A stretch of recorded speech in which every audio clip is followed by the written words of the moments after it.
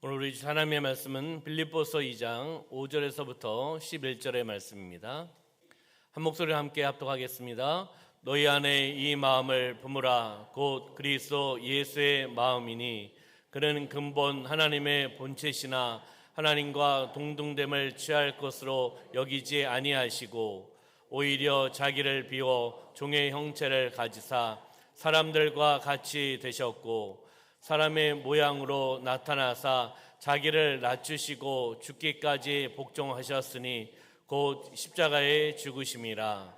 이러므로 하나님이 그를 지극히 높여 모든 이름 위에 뛰어난 이름을 주사 하늘에 있는 자들과 땅에 있는 자들과 땅 아래에 있는 자들로 모든 무릎을 예수의 이름에 꿇게 하시고 모든 입으로 예수 그리스도를 주라 시인하여 하나님 아버지께 영광을 돌리게 하셨느니라. 아멘. 빌립보서 2장 5절부터 11절 말씀 중심으로 성교하시는 하나님이라는 제목으로 말씀을 나누도록 하겠습니다. 우리 옆에 있는 분하고 인사하겠습니다. 성령으로 충만합시다. 네, 앞에 계신 분하고 인사할까요? 예수님 안에서 좋은 일이 일어납니다. 우리 고백할까요? 나는 말씀, 기도, 은혜로 살아가겠습니다. 시작! 나는 말씀, 기도, 은혜로 살아가겠습니다. 아멘. 우리 2024년 우리 교회 표를 믿음으로 선포하며 나가겠습니다. 세대를 이어 세상을 향하여 나아가는 교회. 사도행전 1장 8절 사랑, 기도, 전도, 선교로 나아가라. 아멘, 아멘. 주일 예배를 통하여 하나님의 은혜와 축복을 받으시기를 주님의 이름으로 축원합니다. 2024년 올해 첫째 주, 첫 번째 주에 말씀을 나누었죠. 네, 그 주일 예배 설교 제목 여쭤보려고 했는데 벌써 자막을 띄워주셨네. 네, 기억을 하시나요? 세대를 이어 세상을 향하여 나아가는 교회. 사도행전 1장 8절의 말씀을 통해서 우리가 이 말씀을 함께 나누었습니다. 둘째 주 기억을 못 하시겠죠. 지난주 것도 기억을 할까 말까인데 그렇잖아요. 둘째 주는 하나님을 사랑하라 라는 메시지를 함께 나누었습니다. 세 번째 주는요, 하나님의 약속을 말씀으로 기도하라.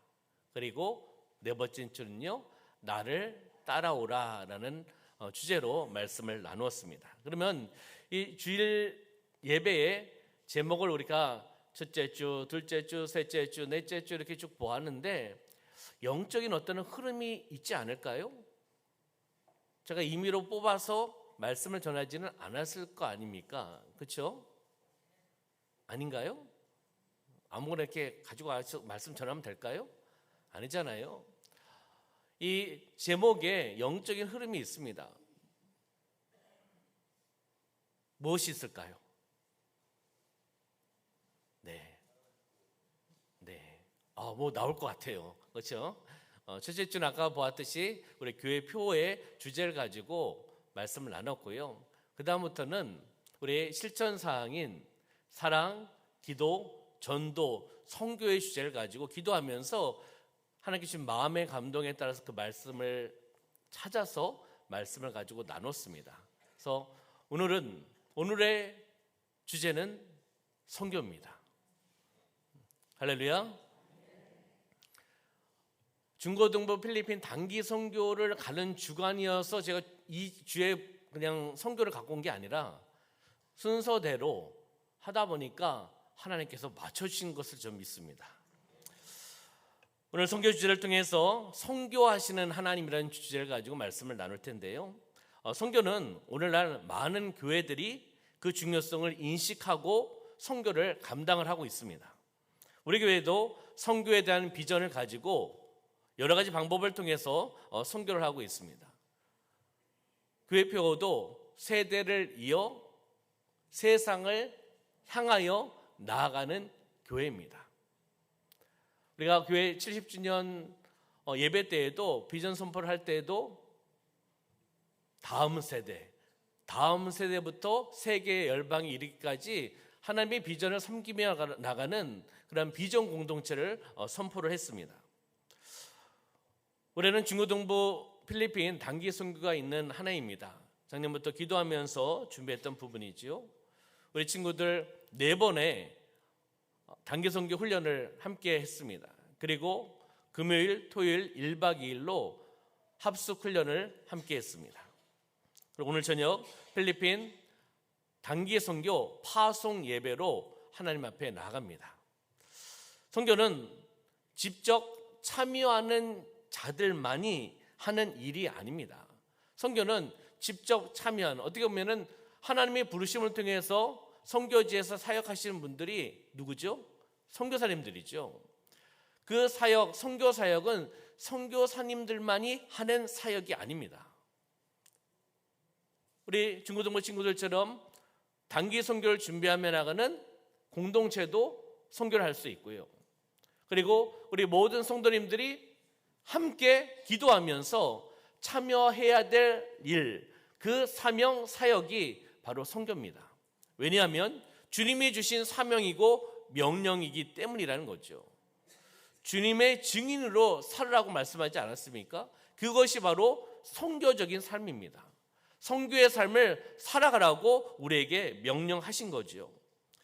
선교의 정의를 여러 가지 볼 수가 있는데, 어떤 사람은 복음을 말로 전하는 것이 선교다. 또 어떤 사람은요, 복음을 전할 뿐만 아니라 의료, 교육, 지역개발, 사회사업, 직업교육 등에 걸쳐서 다양하게 섬기며 함께하는 것이 선교다. 1번도 2번도 선교의 정의로 내릴 수 있겠죠. 어떻게 보면 1번이 작은 선교의 정의로 볼 수 있다면 2번의 선교의 정의는 넓은 선교의 정의일 겁니다. 저는 1번보다 2번으로 향해 나가는 그냥 목회자입니다. 복음을 전하고, 그리고 하나님께서 주신 재능과 달란트 여러 가지 방면을 통해서 함께 섬기며 나가는 사역이 바로 선교 사역인 줄 믿습니다.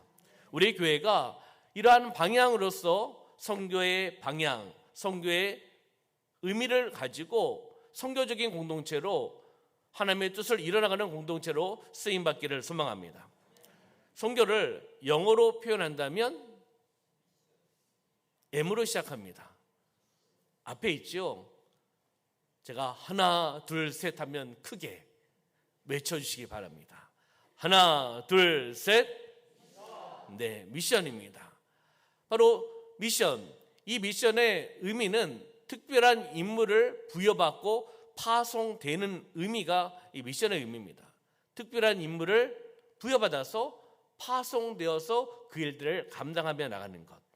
사도행전 20장 24절 말씀 보면 바울은 바로 이야기를 합니다. 내가 달려갈 길, 주 예수께 받은 사명, 그러면서 설명을 하고 있죠. 하나님의 은혜의 복음을 증언하는 일을 마치려 하면은 나의 생명조차 조금도 귀한 것으로 여기지 아니한다라고 말하고 있습니다.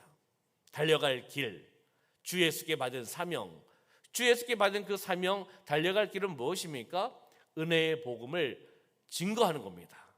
은혜의 복음을, 내가 들은 기쁜 소식, 그 복음을 전하며 나가는 겁니다. 전하며 나가는데 그 다음에 어떻게 설명하고 있죠? 나의 생명조차 조금 더 귀한 것으로 여기지 아니한다라고 고백하고 있다는 거예요. 복음을 증거할 때, 은혜의 복음을 증거하며 나갈 때 나의 생명조차도 귀한 것으로 여기지 아니하고 어디에 초점을 맞췄어요? 은혜의 복음을 증거하는 일에 초점을 맞춰서 그 사명을 가지고 선교적인 삶을 살아갑니다라고 고백하고 있다는 겁니다. 그러면 선교에는 2가지 의미가 포함되어 있습니다. 바로 희생과 섬김입니다. 선교의 그 단어에는 희생, 섬김을 빼고서는 선교라고 이야기할 수가 없습니다. 주님께서 어떻게 하셨습니까? 주님께서 이 땅에 오셔서 자신을 다 내주셨습니다. 목숨까지 주신 거 아니겠습니까? 십자가의 죽으심, 하나님의 말씀에 복종하시기 위해서, 하나님의 뜻을 이뤄나가시기 위해서, 하나님의 선교를 감당하시기 위해서 주님께서 자신을 다 내어주셨습니다. 그리고 그것을 통해서 인간이 구원의 길을 갈 수 있도록 열어오신 분이 바로 예수 그리스도인 줄 믿습니다. 선교는 누가 시작한 것일까요? 선교는 누가 시작했을까요? 선교사님이요? 그럼 선교사님을 보낸 분이 있을 거 아니겠습니까? 그러면 또 이렇게 이야기하겠죠. 어느 교회가 보냈겠죠.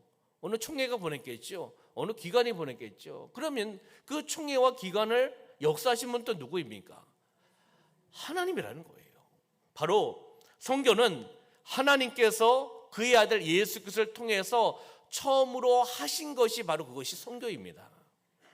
예수를 이 땅에 보내주셔서 성육신 사건을 통해서 예수를 통해서 처음으로 하신 것, 그것이 바로 선교적인 사역이라는 것을 볼 수가 있습니다. 오늘 본문의 6절서부터 8절의 말씀 보면 정확하게 나오고 있죠. 그는 근본 하나님의 본체시나 하나님과 동등됨을 취할 것을 여기지 아니하시고, 다시금 내려놓으셨다는 거죠. 동등됨, 그 권한, 특권을 내려놓으셨다는 거죠. 그러면서 오히려 자기를 비워 종의 형체를 가지사 사람들과 같이 되셨고, 이 땅에 오셔서 사람들과 같이 되셨고, 사람의 모양으로 나타나사 자기를 낮추시고 죽기까지 복종하셨으니 곧 십자가의 죽으심이라고 말씀을 하고 있다는 거죠. 바로 선교란 예수 그리스도께서 하나님과 동등된 것을 취할 수 있는 것, 권리, 특권을 내려놓으시고 종의 형체, 곧 사람의 모양으로 나타나신 것, 이것이 바로 또 선교의 또 정의라고 볼 수가 있습니다. 언어가 다르고 문화가 다르고 제도가 다른 세계에 들어오셔서 어떻게 하셨습니까?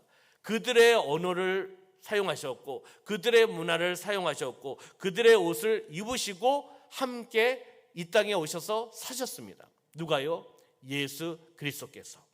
바로 그 삶을 함께 같은 언어, 같은 문화, 같은 것을 통해서, 제도를 통해서 함께 나누셨던 것, 시작하셨던 것이 바로 그것이 선교입니다. 할렐루야. 바로 우리는 이 선교적인 마인드를 가지고 살아가시길 소망합니다. 이것이 선교고, 선교의 방법이고, 선교의 목적이고, 선교의 방향성입니다. 다시 이야기하면 선교의 정의를 다른 단어로 생각해 본다면 그리스도의 복음을 가르치는 겁니다. 그리스도의 복음을 가르치고 그리스도의 사랑을 어떻게 해요? 베푸는 것이 선교입니다. 복음을 전하고 복음을 가르쳐주고, 그리고 내가 경험했던 것, 내가 받았던 예수 그리스도의 사랑을 함께 나누고 흘러내려 보내는 것이 바로 선교라는 거예요. 바로 우리 교회가 선교적인 마인드를 가지고 그 사랑을 계속 흘러내려 보낼 줄 믿습니다. 그러면 이 선교는 언어를 뛰어넘는 거죠. 문화를 뛰어넘는 겁니다. 그러면 선교하는 안디옥 교회, 초대교회 안디옥 교회가 있잖아요. 그러면 선교하는 안디옥 교회는 어떠한 공동체였는가? 선교로 유명한데 선교의 전초기지고 또 선교를 쓰임받았던 공동체가 바로 안디옥 교회였는데, 그럼 안디옥 교회 공동체는 어떠한 공동체였는가? 어떻게 선교를 준비했고 어떻게 선교의 방향성을 가지고 나아갔는가라는 것을 우리가 사도행전 13장의 말씀을 함께 찾아보면서 함께 말씀을 나눠보도록 하겠습니다. 그러면 이 땅에, 이 지상에 첫 교회는 어떠한 교회일까요? 현대적인 첫 의미의 교회, 예루살렘 교회입니다. 예루살렘 교회에 대한 이야기는 제가 수요기도회 때 사도행전 말씀을 계속 나누기 때문에 예루살렘 교회의 태동과 예루살렘 교회 공동체가 어떻게 그 사역을 감당했는지는 이미 여러 번 말씀을 드렸기 때문에 오늘 말씀은 하지 않겠습니다. 예루살렘 교회는 영적인 성장이 이루어졌던 교회입니다. 그리고 부흥을 경험했던 교회입니다. 그런데 거기에서 끝나면 안 되죠. 계속적으로 하나님의 사명을 감당해야 되지 않겠습니까? 그런데 그들이 선교하는 데 열심을 두지 않았고, 그리고 그 사명을 감당하지 않았기에 하나님께서는 유대인들을 통해서 핍박을 하신 겁니다.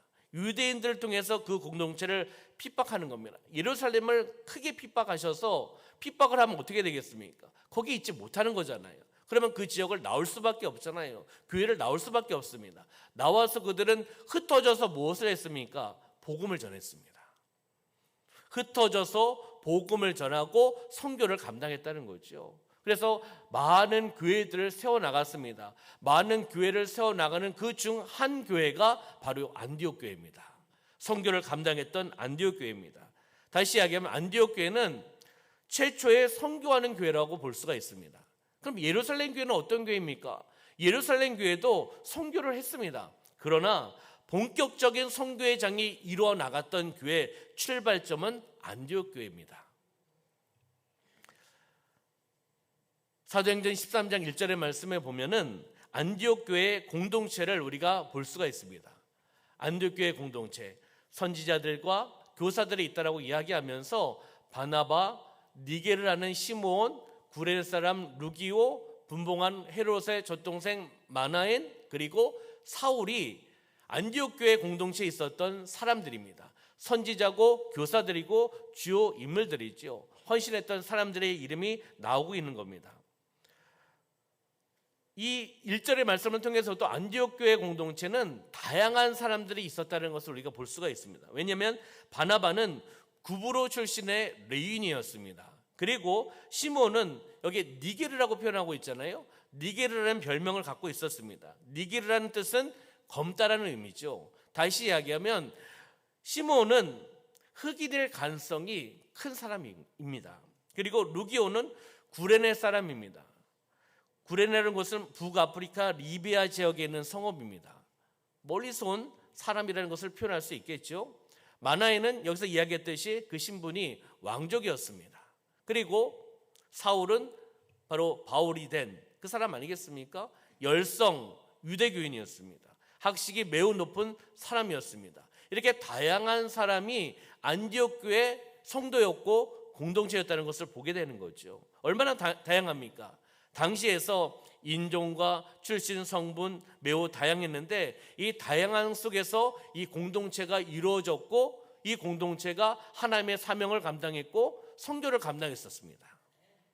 아름다운 모습의 공동체였다는 것을 볼 수가 있죠. 그러면 이 다양한 공동체가 함께 동행할 수 있었던 것은 어떻게 해서 동행할 수 있었을까?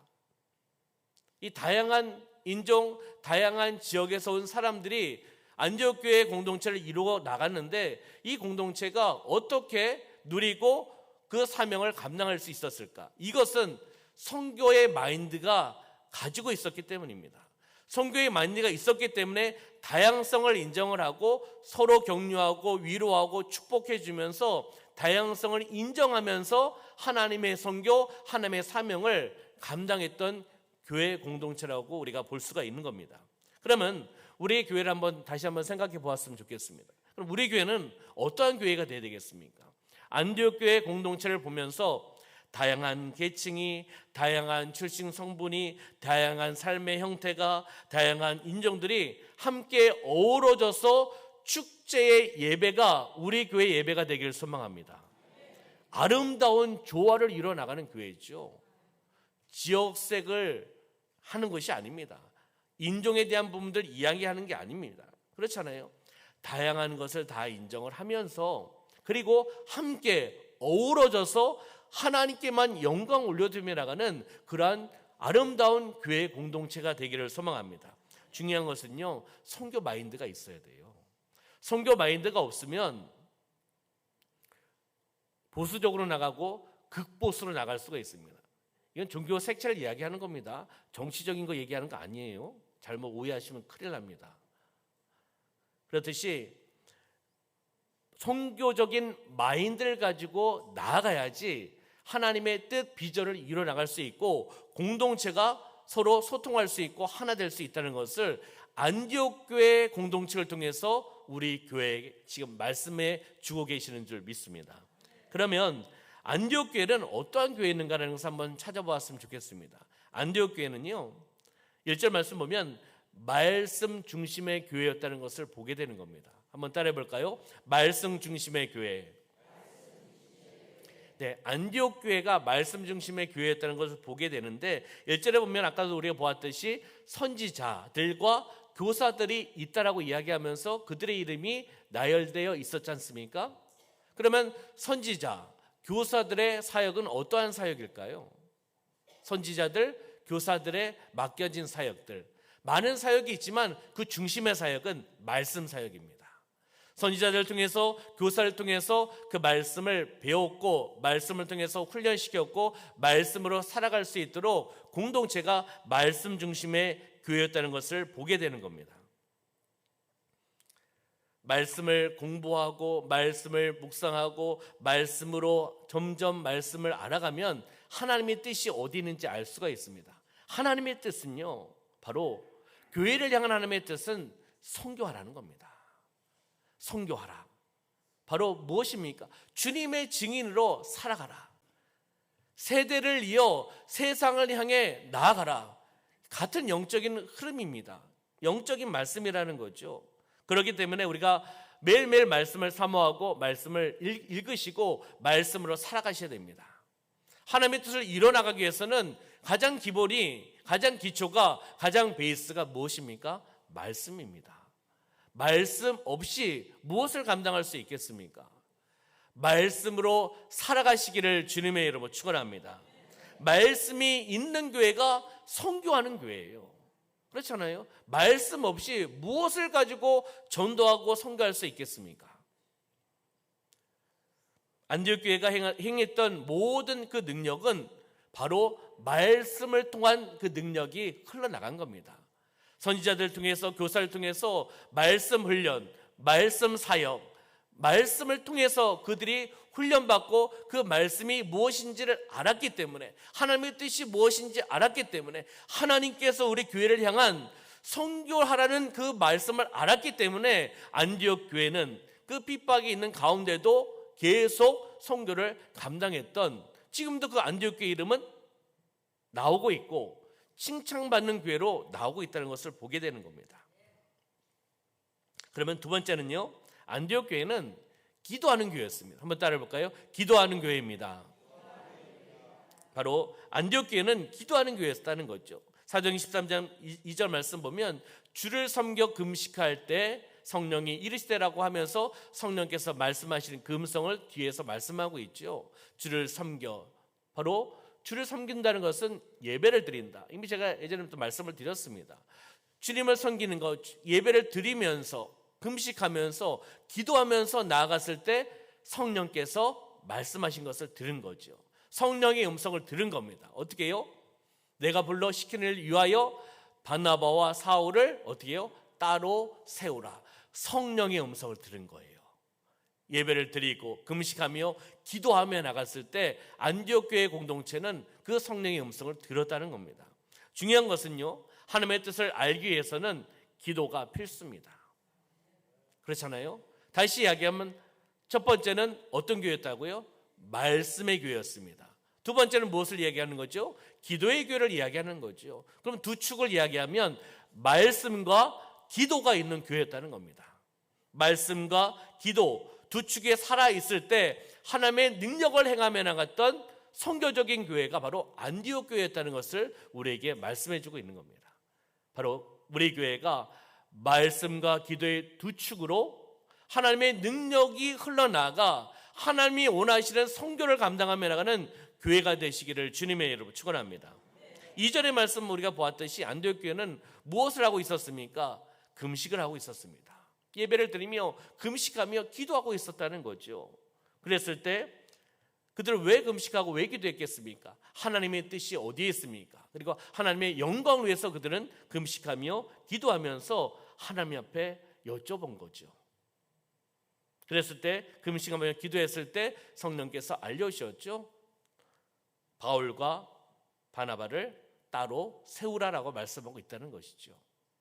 다른 지역에 선교사로 파송시켜라 라고 말씀하고 있다는 것을 보게 되는 겁니다.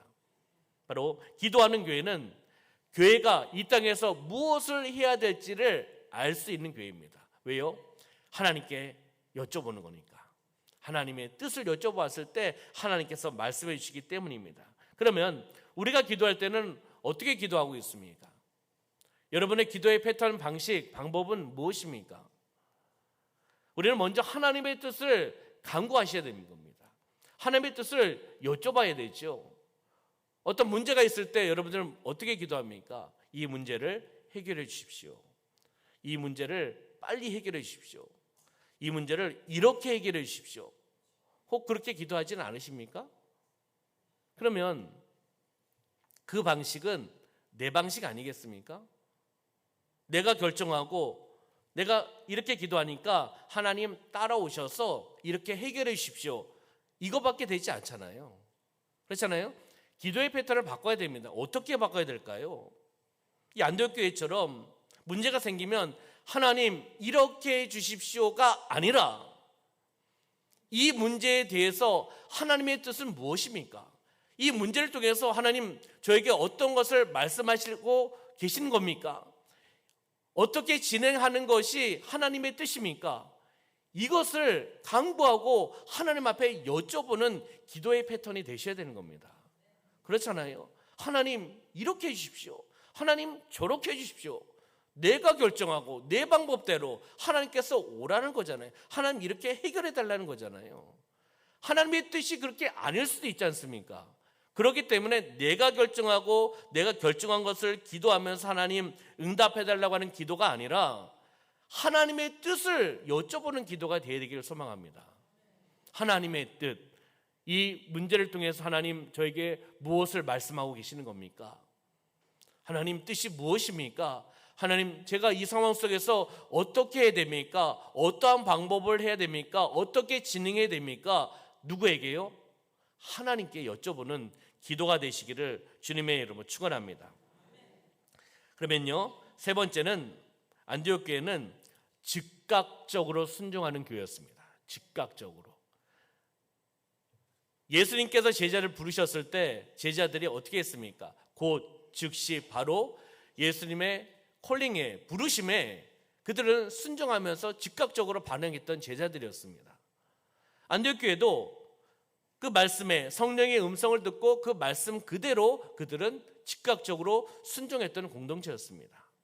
한번 따라해 볼까요? 즉각적으로 순종하는 교회였습니다. 우리 교회가 이런 교회가 되길 소망합니다. 성령께서 말씀하시면 그 말씀을 들으면 감동을 받으면 어떻게 해요? 즉각적으로 순종하고 따라 나가는 그 일들을 감당하며 나가는 교회가 되기를 소망합니다.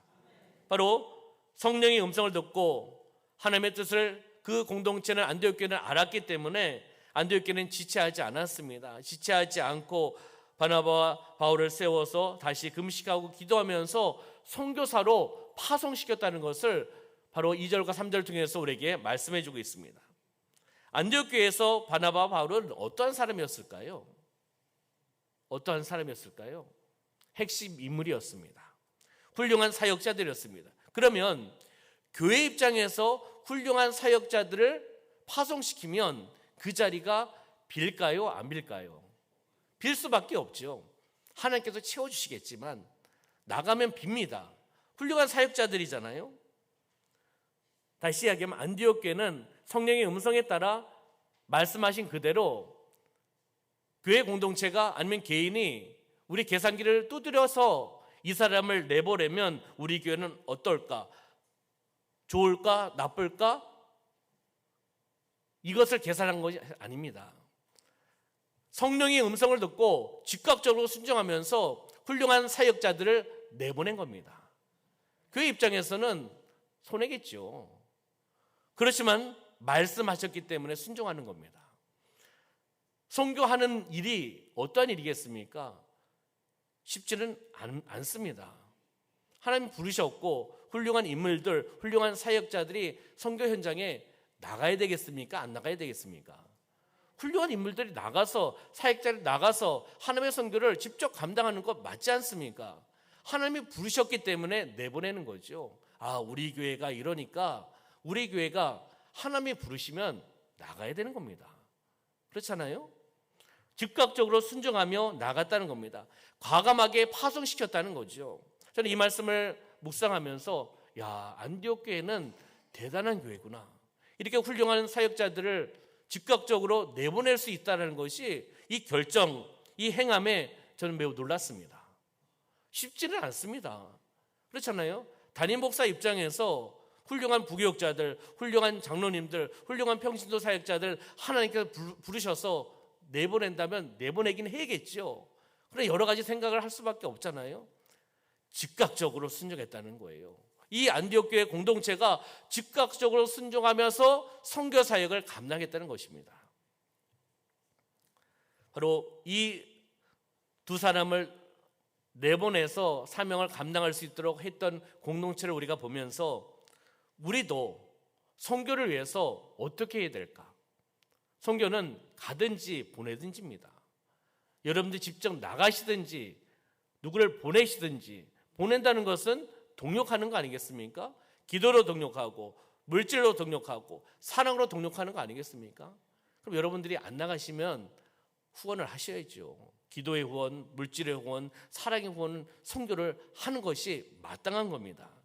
그래서 우리도 선교를 위해서 안디옥 교회 공동체가 이 훌륭한 사역자들 내보냈던 것처럼 나의 아끼는 것도 과감히 포기하고 내놓을 줄 아는, 나의 소중한 것도 내놓을 줄 아는 그런 믿음으로 삶을 살아가시기를 주님의 이름으로 축원합니다. 안디옥 교회는 선교하는 교회였습니다. 선교의 공동체였습니다. 그렇기 때문에 오늘날에도 그 교회 이름이 우리가 알고 있고 귀감이 되는 교회고, 선교하는 교회면 안디옥 교회 이름이 나오고 그리고 칭찬을 듣는 교회가 되었다는 겁니다. 왜요? 하나님의 뜻, 하나님의 방법, 하나님이 원하신 것을 알고 그 선교를 감당했기 때문이라는 거죠. 우리 교회는 남원의 안디옥 교회가 되기를 소망합니다. 좀 더 크게 생각해 볼까요? 우리가 남원에 있으니까 남원의 안디옥 교회죠. 한국에 있잖아요. 조국 대한민국에 있지 않습니까? 한국의 안디옥 교회가 되기를 소망합니다. 선교의 전초기지 남원 중앙교회가 초대교회 안디옥 교회 같은 공동체로서 말씀과 기도 그리고 즉각적인 순종을 통해 하나님의 선교를 이뤄나가는 믿음의 열정을 가지고 나가는 그러한 공동체가 되기를 소망합니다. 선교하는 교회로 소문난 교회, 어느 교회? 남원 중앙교회입니다. 이런 이야기가 들려야 되지 않겠습니까? 모르는 사람도, 예수님을 모르는 사람도 저 교회는 지역을 위해서 섬기고 많은 어려운 사람도 섬기고 또 나라를 위해서도 섬기고 뭐 해외에서도 뭘 섬긴데, 잘 모르더라도 이런 이야기가 돌아야 되는 겁니다. 헛소문이 아니라 진실된 이야기들이 돌아야 된다는 거죠. 말씀을 정리해 보도록 하겠습니다. 선교하시는 하나님, 선교하시는 하나님에 대한 부분들 함께 나눠봤죠. 선교는 하나님께서 그의 아들 예수 그리스도를 통해서 처음으로 하신 것이 바로 선교 사역이다. 그리고 선교에 많은 정의가 있지만 그리스도의 복음을 가르치고 그의 사랑을 베푸는 것이 선교다. 이 두 가지를 함께 나눠보았고요. 선교 공동체인 안디옥 교회가 어떠한 공동체였는가, 어떻게 선교를 감당할 수 있었는가, 세 가지를 보았을 때 말씀, 기도, 순종입니다. 키워드는 세 개예요. 말씀 중심, 기도 중심, 순종인데 어떤 순종이요? 즉각적인 순종이라는 거예요. 성령께서 우리에게 마음의 감동을 주시면 그것이 시간이 지나가면 어떨까요? 그 감동이 말씀 안 하세요? 식어질 수밖에 없잖아요. 인간이기 때문에. 어떤 사명, 헌금, 어떤 섬김, 이 부분들이요, 시간이 지나갈수록 인간이기 때문에, 환경에 우리가 살아가고 있기 때문에 만약 10이었다면 시간이 지나가면서 9, 8, 7, 6, 5, 4, 3, 2, 1 그리고 내가 언제 그렇게 감동을 받았어? 이렇게까지 나옵니다. 사람이. 하나님께서 그런 마음의 감동을 주셨는데, 그렇기 때문에 마음의 감동을 받으시면, 성령의 마음의 감동을 받으시면 즉각적으로 순종하셔야 되는 겁니다. 저도 목회 사역을 하면서 하나님께서 어떤 마음을 주셨을 때 그때 신방 갔어야 되는데, 또 사역이 있고 못하다 보니까 내일로 미뤄집니다. 근데 딱 보면요, 그때 갔어야 돼. 마음의 감동을 주셨을 때 어떤 것을 행하고 어떤 것을 추진했어야 되는데 돌이켜보면 그때가 하나님의 때였고 그때가 하나님께 나에게 마음을 감동을 주셨는데 내가 순종하지 못했구나. 이런 것들이 어떤 결과론적인 것을 통해서도 저에게 알려주실 때도 있고 어떤 방법론적인 것도 알려주실 때가 있었습니다. 그러면 우리가 말씀 중심, 기도 중심, 즉각적으로 순종하는 교회가 선교 공동체인 안디옥 교회였습니다. 바로 우리 교회가 말씀 중심의 교회, 기도 중심의 교회, 즉각적으로 순종하는 교회로서 어떻게 해요? 선교를 감당하는, 하나님의 선교를 감당하고 성경의 지경이 넓혀져 나가는 그러한 교회가 되시기를 주님의 이름으로 축원합니다. 기도하겠습니다. 살아 역사하시는 아버지 하나님, 선교하시는 하나님을 우리가 다시 한번 말씀을 통해 바라보며 나가게 하여 주심을 감사합니다. 선교 공동체였던 안디옥 교회를 우리가 사도행전 말씀을 통해서 함께 살펴보았습니다. 말씀 중심, 기도 중심, 즉각적으로 순종하는 교회로서 하나님의 그 선교를 감당하며 나갔습니다. 우리가 선교적인 마인드를 가지고 말씀 중심으로 그 말씀을 가지고 기도하며 그리고 주신 성령의 음성과 감동에 따라 즉각적으로 순종하며 행하며 나가는 축복의 통로로, 선교의 통로로 마음껏 쓰임받으며 나갈 수 있도록 축복하여 주시옵소서. 하나님 감사드리며 예수님의 이름으로 축복하며 기도하옵나이다. 아멘.